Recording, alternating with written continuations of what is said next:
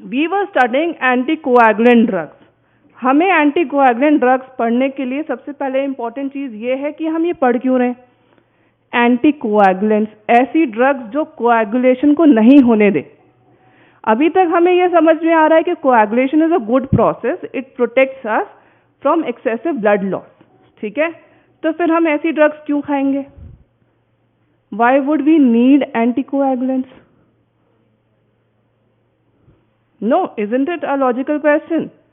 Means if you are getting some injury और आपकी bleeding हो रही है एंड यू आर सेइंग कि भाई कोएगुलेशन होना चाहिए, it should protect me from excessive blood loss, and at the same time I am saying we have a class of drugs which are called anticoagulants. These are those drugs which will prevent the coagulation to take place.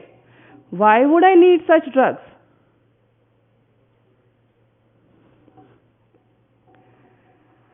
Bhai, can you think of some pathological state in which there is a tendency of, there is a hypercoagulable state in your body? At times it so happens there are certain diseases, there are certain pathologies, और there are certain conditions, कभी कभी क्या होता है, आपने बहुत common instance है कि someone who has been operated, है ना, किसी को कोई सर्जरी हुई, specially orthopedic surgery, lower limb surgery हुई, जिसमें उसको प्रोलॉन्ग्ड बेड रेस्ट करना था, ही और she can not move, lower limb की मेजर सर्जरी है, he can't move at all. तो क्या होगा? स्टैटिक कंडीशन में है उसकी lower limbs, there will be very sluggish flow of blood, there will be very poor venous return, so such patients are very high, at a high risk of developing venous thrombus and embolism also. So venous thromboembolism के episodes हो सकते हैं ऐसे patients में। तो इन patients में, because we know that this may happen, we know the pathology, we know all the pathophysiology, so we would want to give anticoagulants in such patients so that while the patient is under this high risk of developing thromboembolism, ठीक है, उस condition में blood में हमने anticoagulants दे दिए which are going to take care of this hypercoagulable state.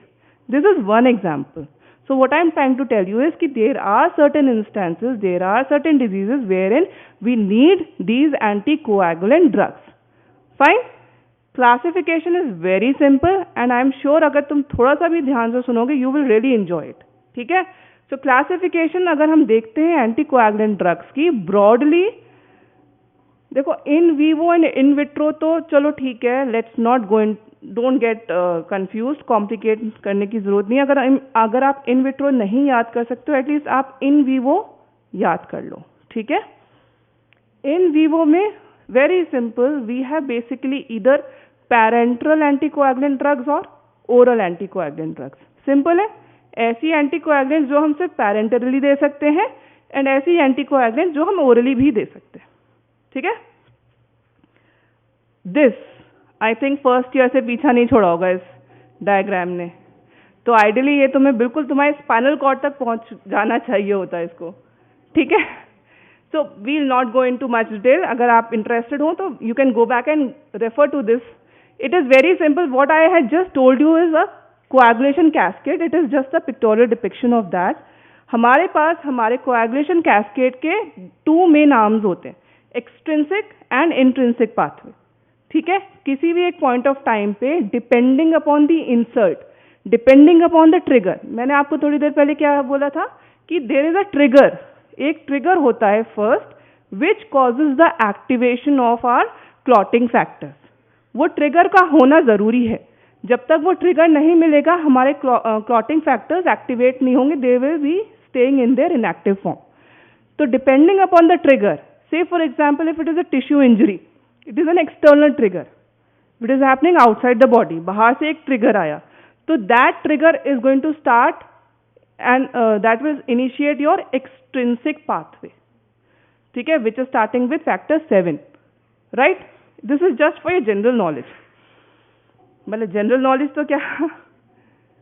दूसरा, अगर कोई कॉन्टैक्ट होता है सर्कुलेटिंग ब्लड का, if there is some what should I say, a foreign body inside your blood, ठीक है, it can be an implant or whatever, and if that initiates the coagulation cascade, then that trigger is an intrinsic trigger. So that causes activation of your intrinsic pathway, which will start with factor 12. So whatsoever the pathway is, ये दोनों ही extrinsic pathway या intrinsic pathway ultimately कहाँ पे and करते हैं? Common pathway में. At least तुम्हें इतना तो आई एक्सपेक्ट कि इतना तुम्हें आना चाहिए, जस्ट फॉर योर ओन सेक. ठीक है. सो कॉमन पाथवे कैसे स्टार्ट हो रहा है? It is starting from factor 10. So factor 10 is one very important clotting factor. And अगर आपको एंटीकोएगुलेंट ड्रग्स पढ़ने हैं और समझने हैं, आपको फैक्टर 10 एंड फैक्टर 2 ये पता होना चाहिए और ये हमेशा याद रहना चाहिए. Is this clear?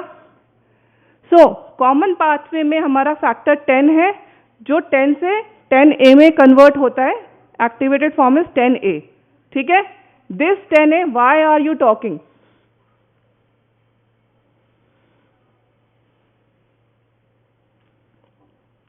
This 10A will in turn activate factor 2A, which is also called prothrombin is the inactive form. Prothrombin से active form में जब convert होता है उसको कहते हैं thrombin. ठीक है. फिर this thrombin, if I say thrombin मतलब active form, thrombin will then it will act as a cofactor for the activation of fibrinogen. Fibrinogen will be converted into fibrin. Fibrin strands बनते हैं जो initially soluble होते हैं. Initially if you see आपका clot है वो बहुत fragile होता है. It can be easily dislodged. But थोड़े टाइम बाद it becomes hardened, है ना, solidification हो जाता है. ये कौन सा फैक्टर करता है? Finally factor 13. फैक्टर 13 की सबसे बड़ी इंपॉर्टेंस यही है, it causes the soluble fibrin को इनसॉल्युबल कर देता है. It increases the strength of your clot. This is what your coagulation cascade is grossly. ठीक है. हम क्योंकि एंटी कोएगुलेंट ड्रग्स पढ़ रहे हैं, तो हम we will deal mainly with factor 10 and factor 2. हमारे पास जितनी भी एंटी कोएगुलेंट ड्रग्स जो हम पढ़ेंगे, उनका mechanism of action it will revolve somewhere around factor 10 and factor 2. Is this clear? That's why I am repeating it again and again. Clear? तो अभी तो चलो, before we jump on to the drugs, one more important fact. ठीक है. अभी तक हमने clotting factors देखे. At the same time our own body also has some factors which actually oppose the process of coagulation. They are inherently present physiologically just to maintain a balance. कि for some reason अगर blood में vessels में अगर कोई clot बन भी गया, तो हमारी body ही उसको dissolve कर सकती है. ठीक है. It can stop that process of coagulation. So what are those important factors? सबसे important है antithrombin, antithrombin 3. ठीक है. फिर है protein C, protein S. Then you all know our fibrinolytic system. ये तो तुमने डिटेल में पढ़ा है. ठीक है. So ultimately जो अभी तक की कहानी हमने सुनी है, उसका सारांश इतना ही है कि हमारी बॉडी में एक बैलेंस बनता है.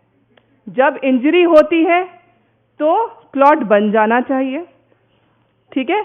जहां जरूरत नहीं है, अगर क्लॉट बन भी गया तो it should get lysed. Right? So now let's come to the important thing, antithrombin 3. Just focus on this. See, somebody is continuously murmuring from that side. So antithrombin 3, as I told you, is one important factor which opposes coagulation. And हमारी एक important anticoagulant drug acts through this. That's why we need to understand the mechanism of action of antithrombin 3 first. ठीक है. Then we can very easily understand the mechanism of action of a drug. So heparin, all of you, जैसे मैंने पूछा था कि anticoagulant कौन सी है natural occurring, you all said heparin. ठीक है. So heparin, although it is present in our body, it is there, but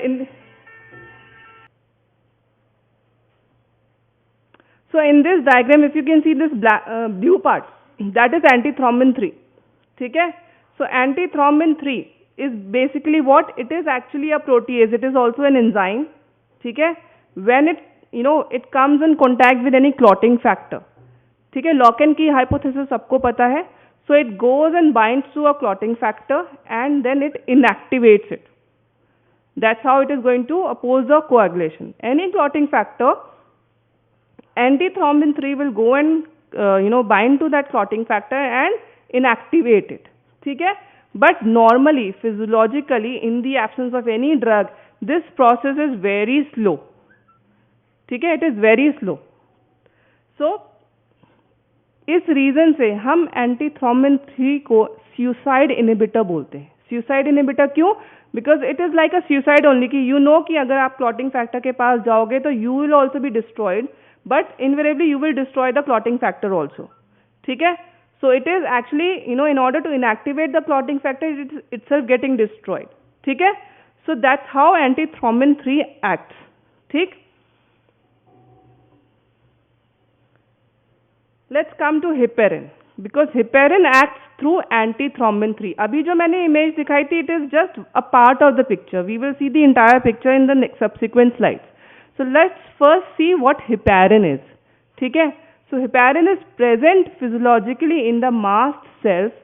So any tissue which is rich in mast cells will be having heparin. So heparin is negatively charged. It is the strongest organic acid in the body. ये सारे salient features हैं. Why I am telling you all this? Because at times in your viva, some examiners are very fond of asking such, fancy questions. Ki, okay, which is the strongest acid in the body? Okay, organic acid in the body. So it is heparin. ठीक है? One important thing that you should always remember is heparin has got a large molecular weight. That you all must remember. Heparin has a large molecular weight. अब ये एक sentence अपने आप में बहुत सारी स्टोरीज कैरी फॉरवर्ड कर सकता है. Because it has got a large molecular weight, so can it cross the plasma membrane? No. Sure? Can it cross placenta? No. चलो, गुड. दूसरी चीज, that was one fact. Heparin has a large molecular weight. Heparin is a strong organic acid. That was the second fact. Third fact is, although heparin is present in mast cells, but the moment it is released, it is hydrolyzed by the tissue macrophages, degraded. So it actually, even if it is present in our body, it has got no role. It has no action. The moment it is released from the mast cells, same very moment, macrophages destroy it. So heparin has no action physiologically in our body. ठीक है? Commercially it is obtained from ox lung and pig intestinal mucosa. This is just simple fact. Now let's understand the mechanism. Let's see the complete picture. अभी तक हमें पता था कि हमारी body में फिजियोलॉजिकली एंटीथ्रोम्बिन 3 था, which was inactivating the clotting factor. ठीक है? अब हेपेरिन ने क्या किया? We knew that the process of inactivation was very slow. ठीक है? इनसिग्निफिकेंट ही हो जाता है उसका existence. What heparin did? Can you see this chain, the white chain? That is heparin, right? This is heparin, right? So what this has done? Heparin comes and binds to antithrombin 3. So first of all, heparin will come and bind to antithrombin 3. So heparin forms a complex, heparin antithrombin 3 complex. Okay? So this complex is formed. इसके साथ ही what you can appreciate? heparin क्योंकि इसका बहुत बड़ा structure होता है, it has got a large molecular weight. ठीक है? तो कुछ पार्ट उसका it is hanging outside the antithrombin 3. ठीक है? So this actually provides a platform. It facilitates the clotting factor to come and bind to antithrombin 3. So this is called scaffolding. This is one specific word which everybody wants to hear. In the mechanism of action of heparin, everybody would actually love to hear this. If you can tell this, your work is over. So heparin causes scaffolding. Scaffolding matlab it is facilitating the coming together of the clotting factor and antithrombin 3. ठीक है? So now they have come closer. Second thing what heparin does is, it also causes a conformational change in antithrombin 3. ऐसे conformational change करता है कि antithrombin 3 की binding और fast and prompt हो जाती है with the clotting factor. सो ये दोनों ही स्टेप्स जो हेपेरिन कर रहा है, first is scaffolding and second is conformational change, they both will facilitate the binding of antithrombin 3 with clotting factor. And जैसे ये बाइंडिंग फैसिलिटेट होती है, the process of anticoagulation is hastened, it becomes quick, and this is actually the mechanism of action of heparin. Is this clear to everyone? Everybody? If you just can't remember facts, अगर यही image picture दिमाग में बिठा लोगे, it will be more than sufficient. ठीक है?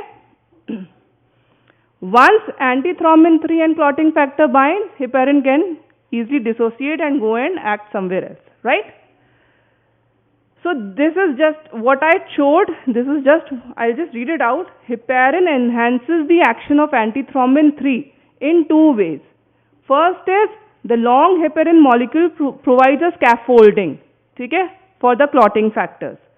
And mainly, as I just told you initially कि हम focus कौन से factors पे करते हैं? 2 and 10. Factor 10 and factor 2. तो स्पेशली फैक्टर 10 एंड फैक्टर 2 को फैसिलिटेट करता है स्कैफोल्डिंग में, ठीक है। Then second is it induces conformational change in antithrombin 3 to expose its interactive sites. Clear? अच्छा, लास्ट फैक्ट जो ध्यान रखोगे, फैक्टर 2 एंड फैक्टर 10। फैक्टर 2 का 2 नंबर है, तो फैक्टर 2, ठीक है, फैक्टर 2 को ये दोनों ही स्टेप्स चाहिए फॉर गेटिंग इनएक्टिवेटेड। याद रहेगा, फैक्टर 2 को अगर हमें इनएक्टिवेट करना है, अगर हमें इनहिबिट करना है, हम एंटीकोएगुलेशन पढ़ रहे हैं, हेपेरिन का एंटीकोएगुलेंट एक्शन समझने की कोशिश कर रहे हैं। एंटीकोएगुलेंट एक्शन का मतलब क्या होगा कि हेपेरिन फैक्टर 2 और फैक्टर 10 को इनहिबिट करेगा, ठीक है। तो फैक्टर 2 को इनहिबिट होने के लिए दोनों ही स्टेप्स का प्रेजेंट होना इंपॉर्टेंट है। There should be scaffolding and there should be conformational change. याद रहेगा, क्योंकि एंड में आप ये भूल जाते हो सकता है स्टेप्स तो याद हो लेकिन किस में क्या इंपॉर्टेंट था ये भूल जाते हो। So factor 2 is 2, number 2, it should have both the steps. Clear? Factor 10 के लिए सिर्फ एक ही स्टेप इंपॉर्टेंट है, दूसरा स्टेप होता है तो well and good, but it only needs only one step, and that is step number 2, conformational change. So conformational change होना is important for factor 10, for factor 2 both the steps are important. ठीक है? Again, this is again a recap what I just said. Heparin binds to antithrombin 3, they forms a complex. Now this complex will bind to the clotting factor and inactivate them. I hope कि आप किसी को भी नहीं भूलना चाहिए ये, ठीक है।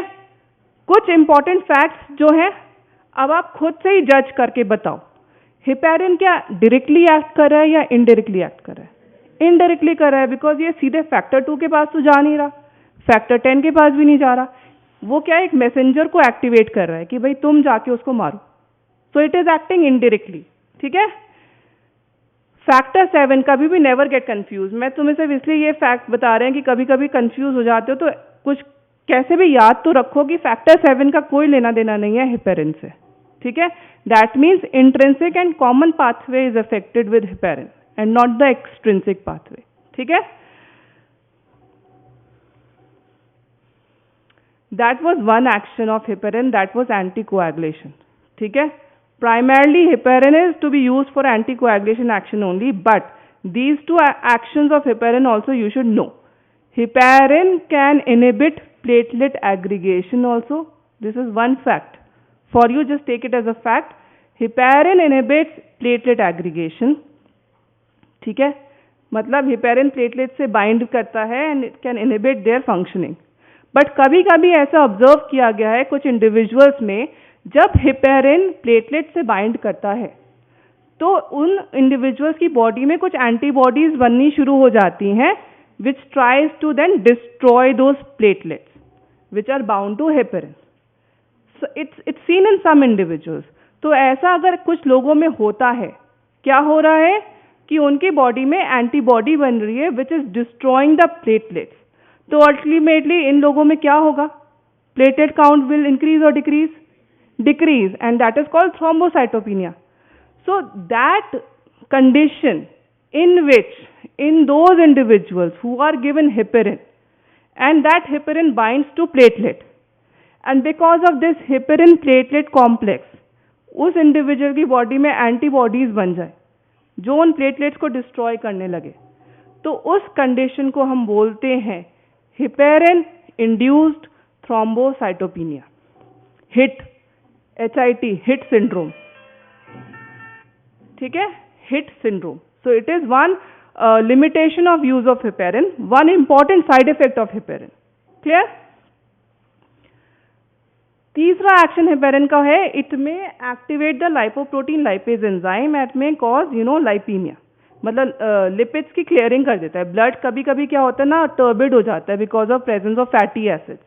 तो अगर आपने हेपेरिन दिया तो वो लाइपोप्रोटीन लाइपेज उसको लाइपोलाइज कर देती है and there is increased clarity in the blood. ठीक है, ये तीन ही एक्शंस है because heparin has 3 actions and you should know these 3 actions. ठीक है, इंपॉर्टेंस एंटीकोएगुलेशन की ज्यादा है, राइट? ये अब आप ही खुद डिसाइड करो. I already told you heparin has got a high molecular weight and it is a strong organic acid. So can we give heparin orally? If you give orally वो absorb ही नहीं होगी. ठीक है, आयनिक स्टेट में भी होगी एंड लार्ज मॉलिक्यूलर वेट है, so it can not be given orally. Please never make this blunder. Heparin कभी भी ओरली नहीं दे सकते हम लोग, मतलब जान के भी ट्रैप यू, क्योंकि ओरल डोज बताओ हेपेरिन की, तो आप बड़े मजे से हम लोग को अजीब अजीब सी डोजेस बता रहे होते हो. तो हम ये तो पूछ नहीं रहे कि ओरली दे सकते हो क्या, हम तो ये सोचना समझना चाह रहे हैं कि आप ये बोलो मैम ओरली कैसे देंगे, it is given parenterally, we can't give, right? IV देंगे तो बायोअवेलेबिलिटी 100 है. थर्ड लिमिटेशन हेपेरिन के साथ है कि सबक्यूटेनियसली अगर देते हो यू कैन गिव, बट उसका जो बायोअवेलेबिलिटी है अनप्रिडिक्टेबल है. आप प्रिडिक्ट नहीं कर सकते कि कितना ब्लड में कॉन्सेंट्रेशन रीच करेगी. So subcutaneous bioavailability is unpredictable. So best route for heparin is intravenous. But if someone says कि सबक्यूटेनियस दे सकते हैं तो don't say no, you can give, but its bioavailability we can not predict. It is not good also, 20 to 30% ही होती है. ठीक है, it cannot cross blood brain barrier, it cannot cross placenta. Yeah, I already told you, reason is the same, because of large molecular weight. That's why it is the anticoagulant of choice during pregnancy. अब खुद बताओ इसमें से ऐसा कुछ भी है जो तुम्हें मेमोराइज करना पड़े? तुम कुछ भी समझ लोगे अच्छे से तो you can actually join connect the dots, right? So safest anticoagulant is in pregnancy is heparin. ठीक है? Last fact about pharmacokinetics simple है, जो जनरल फिनोमिनन है, metabolised in liver, excreted in kidney. ठीक है, because it is metabolised in liver, तो अगर किसी को लिवर डिजीज है तो उसका T-half प्रोलॉन्ग हो जाएगा, मेटाबॉलिज्म स्लो होगा. अगर किसी को रीनल डिजीज है तो एक्सक्रीशन स्लो हो जाएगा. तो बोथ द कंडीशंस में हेपेरिन की प्लाज्मा हाइफ लाइफ बढ़ जाएगी. सिंपल. चलो let's skip this. Last about heparin. ठीक है, so heparin we have understood it is causing anticoagulation. So what will be the important side effect? Bleeding. If somebody is taking heparin, उसको कुछ injury होती है, उसके bleeding होगी तो उसके ब्लड क्लॉट होएगा ही नहीं, क्योंकि हमने तो उसके ब्लड क्लॉट को ही डिस्टर्ब किया है. So this is the predictable and the most serious adverse effect of use of heparin or any anticoagulant. It is not just heparin. हम जो भी anticoagulant पढ़ेंगे उनमें यही हमें दिखेगा कि bleeding is the important side effect. फिर thrombocytopenia हमने अभी देख लिया था, HIT syndrome. ठीक है ना? Osteoporosis. This is again just take it as a fact कि if you are somebody is on heparin for a prolonged period of time, there can occur osteoporosis. ठीक है? Based upon the side effects, what will be the contraindications? Now you just only tell, just read out someone. ऐसा कुछ है जो आपको समझ में नहीं आ रहा, which you will differ. Heparin is contraindicated in bleeding disorders. Is it correct or incorrect? Self-implicable है भाई, bleeding is one important side effect of heparin. And if somebody is already having a bleeding disorder, why will I give heparin? ठीक है? Someone having like, चलो अगर किसी को bleeding disorder है तो हम नहीं दे रहे, straight forward answer है. अगर किसी को ऐसी कोई disease है in which because of that disease a person is at high risk of bleeding, high risk of developing hemorrhage, in those conditions also we will not give heparin. Just see here, hypertension. Hypertension में क्या है? If hypertension is uncontrolled, it may cause hemorrhage. It may also cause rupture of vessel anywhere. So that will cause immense bleeding. So we should be not giving heparin in those people. Threatened abortion, piles, GI ulcers, they all have tendency to bleed. So these are contraindications to use of heparin. ठीक है? Just look at any condition. They are all those conditions wherein you think that the person is already at a risk of occurrence of bleeding. So in those cases, if you can identify those high risks, you should not give heparin. ठीक है? Heparin, that was all about heparin. जहाँ आपने heparin पढ़ा, at the same time it is expected that you should know low molecular weight heparin also. अभी तक हमने heparin में पढ़ा था कि heparin has got a high molecular weight, जिसकी वजह से कुछ लिमिटेशंस थी हेपेरिन की, that it can not be given orally. Aspirin का भी नहीं, एस्पिरिन का एंटी प्लेटलेट एक्शन है, हेपेरिन का एंटी कोएगुलेंट एक्शन है. हाँ, it is doing some other thing, platelet की फंक्शनिंग को इनहिबिट करता है, ये प्लेटलेट के डिस्ट्रक्शन को करता है, मतलब एग्रीगेशन एंड प्लेटलेट डिस्ट्रक्शन करता है. ठीक है? So we have another class of drugs. मैंने तुम्हें क्लासिफिकेशन स्किप कर दी थी. You can just go through the book and see the classification. Let's just try to understand the concept. ठीक है? So now let's see another class of anticoagulants. They are also parenteral anticoagulants which are low molecular weight heparin. जैसा ये नाम है, it is self explanatory, low molecular weight. तो heparin है जिसका molecular weight हमने कम कर दिया. ठीक है? So it was somewhere in 10,000 and 20,000. Now it is somewhere between 3,000 and 7,000. So this is the characteristic feature of LMW, low molecular weight heparin. ठीक है? And they are just derive from fractionation and some chemical processes करते हैं, वो तुम्हें जानने की जरूरत नहीं है. Now let's come back to the same diagram. अभी तक हमने एंटी थ्रोम्बिन 3 देखा, हमने हेपेरिन देखा. अब हम लो मॉलिक्यूलर वेट हेपेरिन देखते हैं कि how it is different. Heparin तो पढ़ लिया, it was acting indirectly. Same is the mechanism of action of low molecular weight heparin. कुछ एक चीज डिफर करेगी. You tell me what. One step will be missing. Scaffolding. Very good. Scaffolding. Anyone who can not understand this? भाई scaffolding कैसे कर पा रहा था हेपेरिन? बिकॉज उसका स्ट्रक्चर बहुत बड़ा था. It has a long chain. क्योंकि चेन लंबी थी इसलिए वो दो लोगों को बांध पा रही थी. ठीक है? Low molecular weight heparin is this one. This chain is very small, so it can not accommodate 2 molecules together. ठीक है? तो स्कैफोल्डिंग नहीं हो पाएगी. अब ये बताओ कि अगर लो मॉलिक्यूलर वेट स्कैफोल्डिंग नहीं कर पा रहा, but it is able to cause conformational change in antithrombin 3. So कौन सा clotting factor effect होगा? मतलब effect तो क्या, मतलब inhibit कौन सा होगा? Someone was saying 2. कितने लोग 2 बोल रहे हैं? क्या मैम?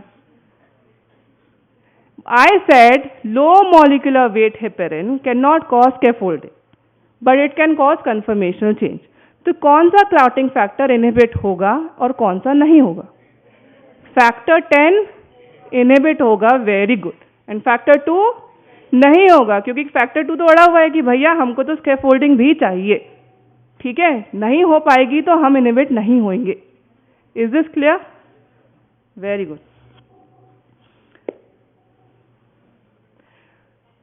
ये मैंने ऑलरेडी बता दिया है. लास्ट की चीज देख लेते हैं.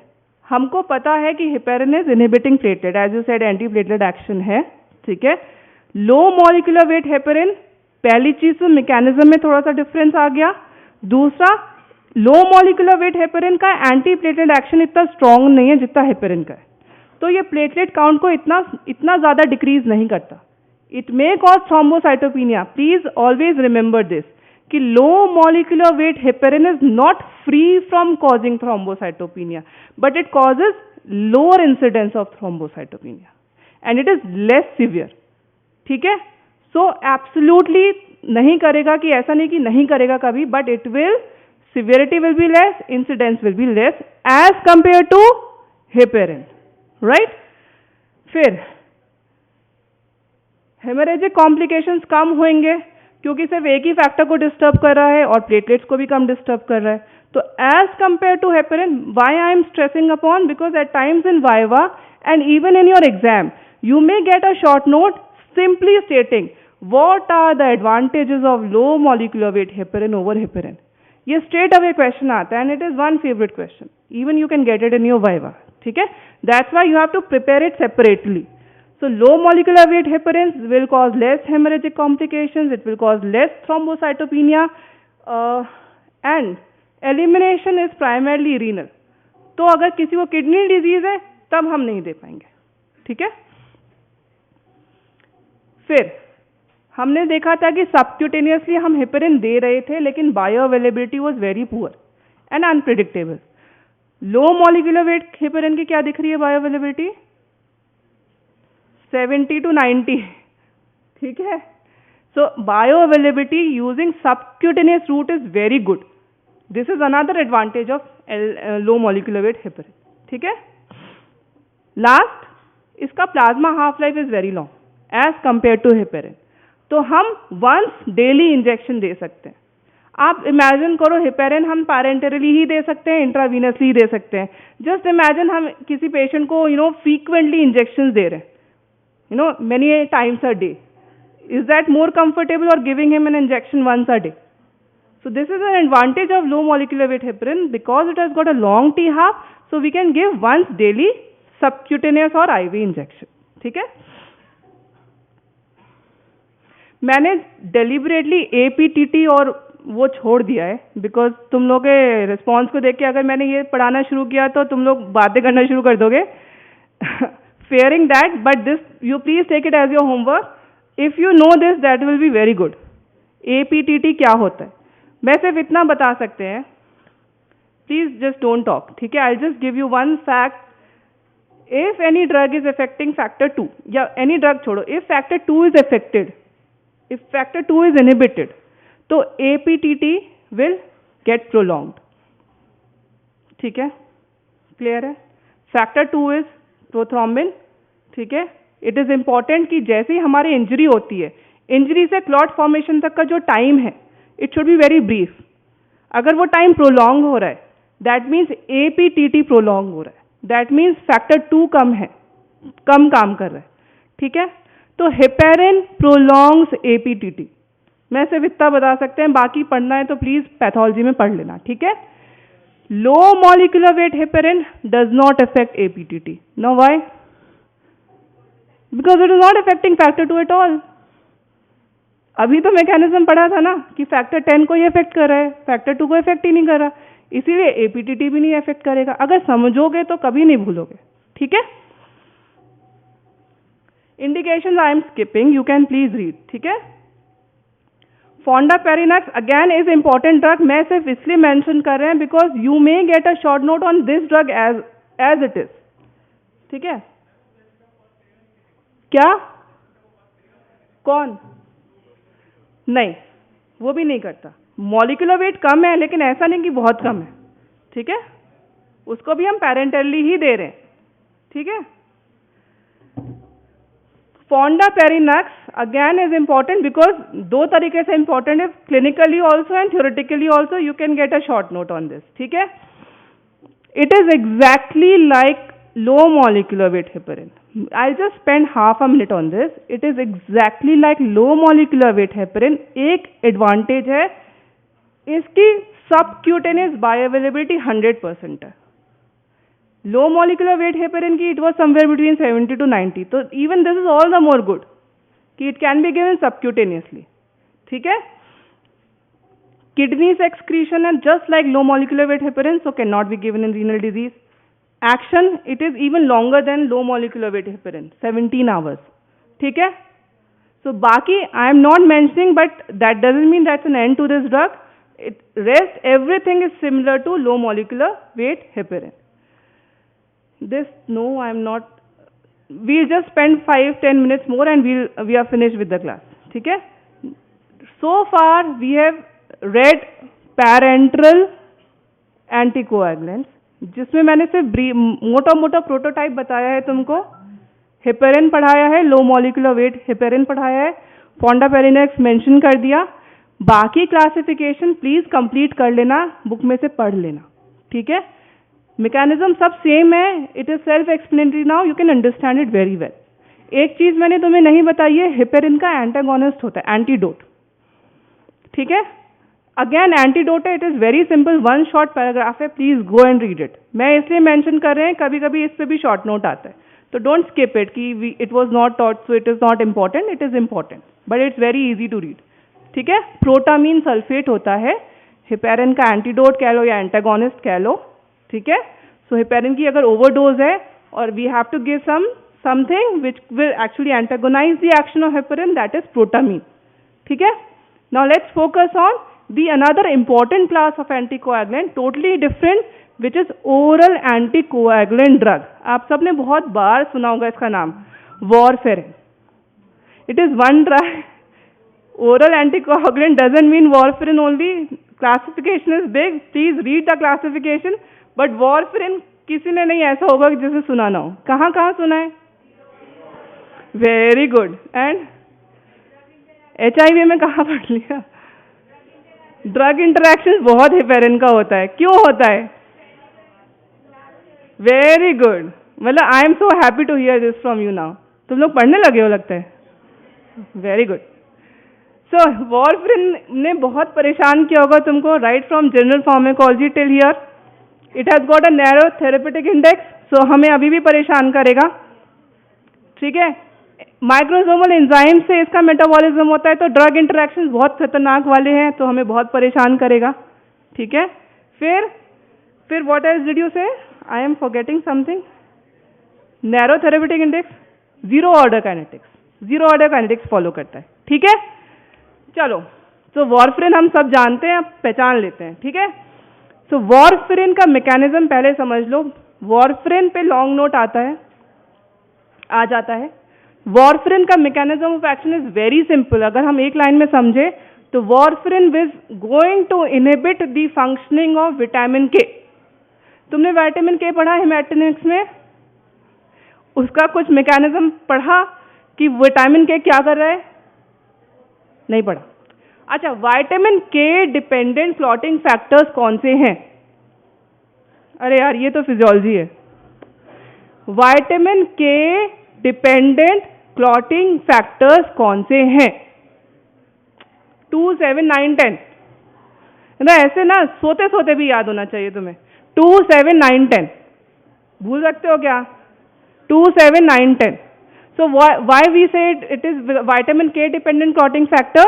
Because see, invariably, see, please be attentive for 5 minutes. I'll try to finish it very fast. ठीक है? But please try to listen. मैं छोड़ दूं, फिर तुम लोग पढ़ोगे खुद से. Will you be able to understand? जो अपने आप पढ़ सकते हो वो बाहर चले जाओ 5 मिनट के लिए. जिनको मैं पढ़ाना चाहते हैं मैं उनको तो पढ़ा सकते हैं ना. 5 मिनट चुप हो जाओ. इतनी देर से सुन रहे हो, 5 मिनट और चुप हो जाओ. ठीक है? विटामिन के डिपेंडेंट क्लॉटिंग फैक्टर्स मतलब ये वो क्लॉटिंग फैक्टर्स हैं जो लिवर में सिंथेसाइज तो हो रहे हैं but they are present in inactive form. ठीक है? अगर इनको अपना काम करना है तो इन्हें एक्टिवेटेड फॉर्म में आना पड़ेगा. ठीक है? ये एक्टिवेट कैसे होते हैं? By a process called carboxylation. This is a very, मतलब दिस शुड बी नोन. ठीक है? So gamma glutamyl carboxylase is one important enzyme जो इन 2, 7, 9, 10 क्लॉटिंग फैक्टर्स को एक्टिवेट कर देते हैं. और ये जो एंजाइम है इसको अपना काम करने के लिए विटामिन के की जरूरत होती है. अब नॉट जस्ट एनी विटामिन के in the form of hydroquinone. इधर दिख रहा है? Just give me 1 minute.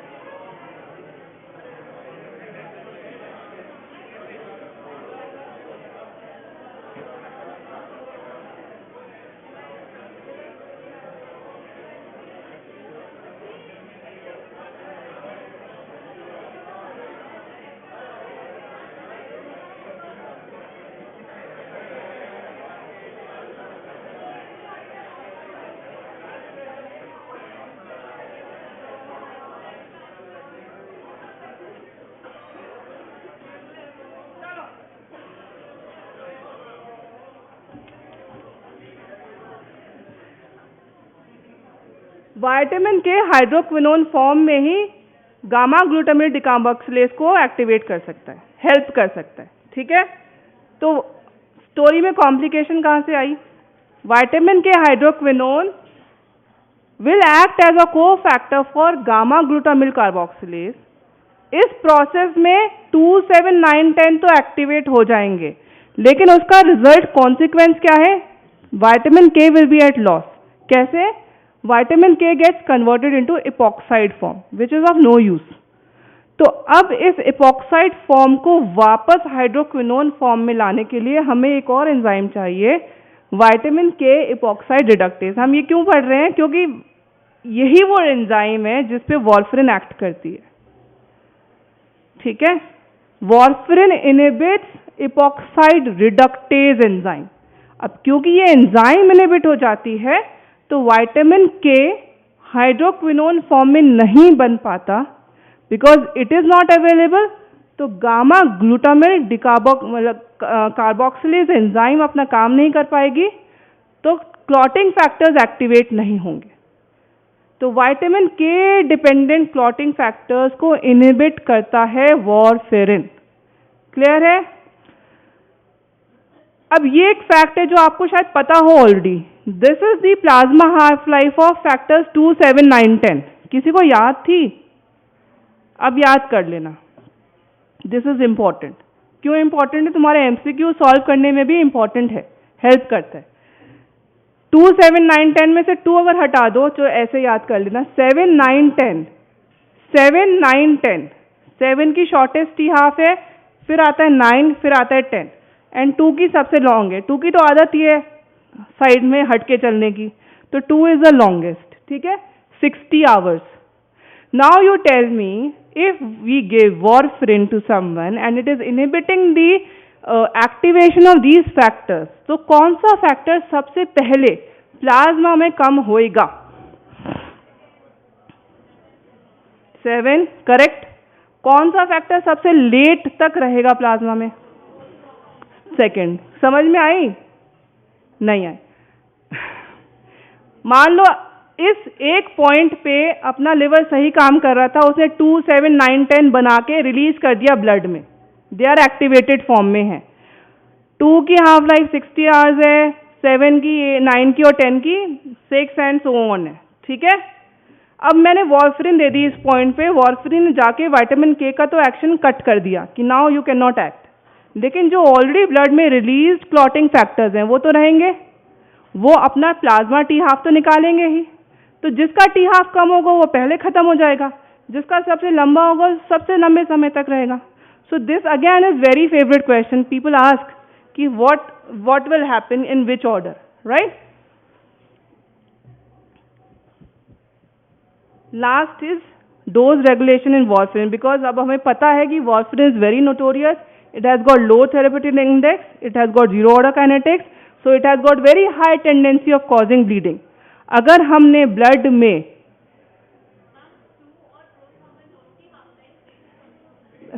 बेटा 2 is prothrombin only, 2A is मतलब थ्रोम्बिन, ठीक है। So bleeding is one important side effect with any anticoagulant, कोई बात नहीं, it happens. Bleeding is one important side effect with any anticoagulant, so is with warfarin, ठीक है। तो warfarin के साथ ब्लीडिंग की टेंडेंसी और ज़्यादा इसलिए है क्योंकि वॉरफरिन का थेरेप्यूटिक इंडेक्स कम है, it is like safety margin is less, ठीक है। तो वॉरफरिन के साथ please it is a rule, if somebody is on warfarin we have to regularly monitor his prothrombin time, PT। तो उसके लिए हमारे पास एक इंडेक्स होता है INR। Again this is a homework for all those who are interested, go and read what is INR। But just for your, like, the fact is, if somebody is on warfarin, you have to regularly monitor the INR of that patient, and it should be somewhere between like less than 2. 4 से तो exceed करना ही नहीं, it has to be somewhere less than 2. If it is less than 2, it means कि okay, warfarin is not going to cause toxicity. Toxicity क्या है? Bleeding. ठीक है? Yeah, again I am just mentioning the heading, you read it, I am just trying to finish the class. Pharmacotherapy of warfarin toxicity कभी कभी पूछ लेते हैं, how are you going to manage bleeding because of warfarin use? So just write it down, take it as a, make a short note, you can get a question on this, ठीक है। Antidote क्या होगा warfarin का? Antidote क्या होगा भाई? Vitamin के dependent clotting factors को कम कर रहा है, मतलब विटामिन के को डिस्टर्ब कर रहा है, तो vitamin K is the antidote of warfarin, ठीक है। No, I am not trying to teach you this. Pregnancy में सेफ नहीं है, मैं बोल देते हैं, याद रह जाए तो बहुत अच्छी चीज़ है। वैसे भी मैंने हेपरिन में बोला था कि it is the anticoagulant of choice in pregnancy, अगर उधर याद नहीं है तो यहाँ याद कर लेना कि वॉरफरिन सिंड्रोम हो सकता है फीटस में, बोनी डिफॉर्मिटीज होती हैं, सो it is contraindicated in pregnancy. Drug interactions please पढ़ लेना, enzyme inducers and enzyme inhibitors, ठीक है। एंजाइम इंड्यूसर्स क्या करेंगे वॉरफरिन के साथ और इनहिबिटर्स क्या करेंगे, समराइज भी नहीं कर रहे, चलो छोड़ो बस। You are not ready to listen to me, मैं क्या करूं, समझ भी नहीं आ रहा है। 4 क्वेश्चन तो आंसर कर दो यार, प्लीज प्लीज। अच्छा एक question, just this one, just read it and answer, just one question. अच्छा, I will read it for you, just tell me the answer, okay, just tell me ABCD। ऐसे कैसे? An 80-year-old man is taking warfarin indefinitely for the prevention of DVT, deep vein thrombosis. He is compliant, has a stable INR, and denies bleeding or bruising. He is diagnosed with a urinary tract infection and is prescribed sulfamethoxazole, trimethoprim. What are the expected effects on his warfarin therapy? This is something related to drug interaction that we have not read, we didn't hear. Based upon your earlier knowledge, what can happen? See, this is an enzyme inhibitor. It is an enzyme inhibitor. So enzyme inhibitor मतलब warfarin के metabolism को inhibit करेगा, मतलब warfarin के effect को बढ़ा देगा, तो it is going to increase the anticoagulant effect of warfarin.